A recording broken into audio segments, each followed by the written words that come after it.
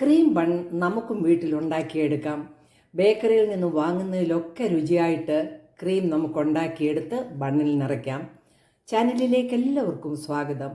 ഈ cream bun ഉണ്ടാക്കിയെടുക്കുന്നത് വീഡിയോയിലൊന്ന് നമുക്ക് കണ്ടു നോക്കാം. ക്രീം ബൺ ഉണ്ടാക്കുന്നതിന് ഞാൻ 3 മീഡിയം സൈസിലുള്ള ബൺ എടുത്തിട്ടുണ്ട്. ഇനി നമുക്ക് ക്രീം ഇതിനകത്തേക്ക് വേണ്ടത് ഉണ്ടാക്കിയെടുക്കാം. അതിനായിട്ട് ഞാൻ 2 ടേബിൾ സ്പൂൺ പഞ്ചസാര ചെറിയ ബൗളിലിട്ട് നന്നായിട്ട് അടിച്ചെടുത്തുകൊണ്ട് വരാം. പഞ്ചസാര നന്നായിട്ട് പൊടിച്ചെടുത്തിട്ടുണ്ട്. ഇതിലേക്ക് 2 ടേബിൾ സ്പൂൺ മിൽക്ക് പൗഡർ ഇട്ട് കൊടുക്കാം. 2 ടേബിൾ സ്പൂൺ പാലൊഴിച്ച് കൊടുക്കാം. റൂം ടെമ്പറേച്ചറിലുള്ള ഒരു 2 ടേബിൾ സ്പൂൺ ബട്ടറും കൂടെ ഇട്ട് കൊടുക്കാം. ഞാൻ അൺസോൾട്ടഡ് ബട്ടറാണ് എടുത്തത്. ഇത് ഒന്ന് നല്ല സ്മൂത്തായിട്ട് അടിച്ചെടുക്കാം.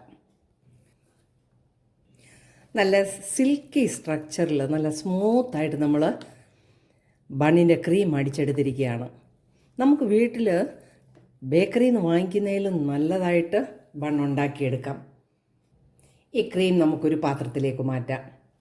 നമുക്കിനി ഈ ബണ്ണിലേക്ക് ഈ ക്രീം വെച്ച് കൊടുക്കാം. ബൺ നമുക്കൊന്ന് കട്ട് ചെയ്തെടുക്കാം. മുഴുവൻ കട്ട് ചെയ്തെടുക്കരുത്,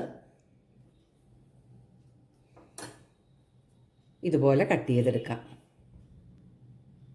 ബണ്ണിലേക്ക് നമുക്ക് ഈ ക്രീം വെച്ച് കൊടുക്കാം.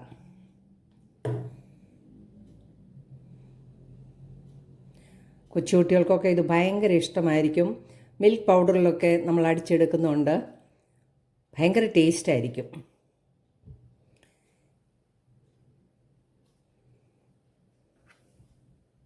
ബണ്ണിലെല്ലാം നമ്മൾ പുരട്ടി കൊടുത്തിട്ടുണ്ട്.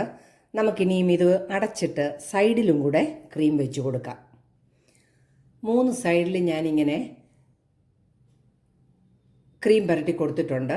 നമുക്ക് 3ലും ഇതുപോലെ പുരട്ടി കൊടുക്കാം. ക്രീം ബണ്ണുണ്ടാക്കുമ്പം ഞാനൊന്ന് ഗാർണിഷ് ചെയ്യുകയാണ്. ഗാർണിഷ് ചെയ്യുന്നത് ഞാൻ ട്യൂട്ടി ഫ്രൂട്ടി 3 കളറിലെടുത്തിട്ടുണ്ട്. അതൊന്ന് മിക്സ് ചെയ്തെടുക്കാം. നമുക്കിനി ഈ ബണ്ണ് ഇതിലൊന്ന് മുക്കിയെടുക്കാം. ഇത് ഞാനൊന്ന് വീഡിയോയിൽ കാണിക്കാൻ വേണ്ടി എടുത്തതാണ്. സാധാരണ ഇങ്ങനെ ചെയ്യേണ്ട ആവശ്യമില്ല. ഇതൊരു ഭംഗിക്ക് വേണ്ടി ഞാനത് ഗാർണിഷ് ചെയ്ത് എടുത്തതാണ്. 3 നമുക്കിങ്ങനെ ഒന്ന് എടുക്കാം. എല്ലാ ബണ്ണും നമ്മൾ ഗാർണിഷ് ചെയ്തെടുത്തു. ഇത് കൊച്ചു കുട്ടികൾ തുടങ്ങി മുതിർന്നവർക്ക് വരെ ഇത് ഒരുപാട് ഇഷ്ടമായിരിക്കും. എല്ലാവരും ഇതൊന്ന് ട്രൈ ചെയ്ത് നോക്കണം. വീഡിയോ ഇഷ്ടമായാൽ ചാനൽ ലൈക്ക് ചെയ്ത് സപ്പോർട്ട് ചെയ്യാൻ മറക്കല്ലേ. നല്ല വീഡിയോയുമായിട്ട് വരുന്നത് വരെ ബൈ.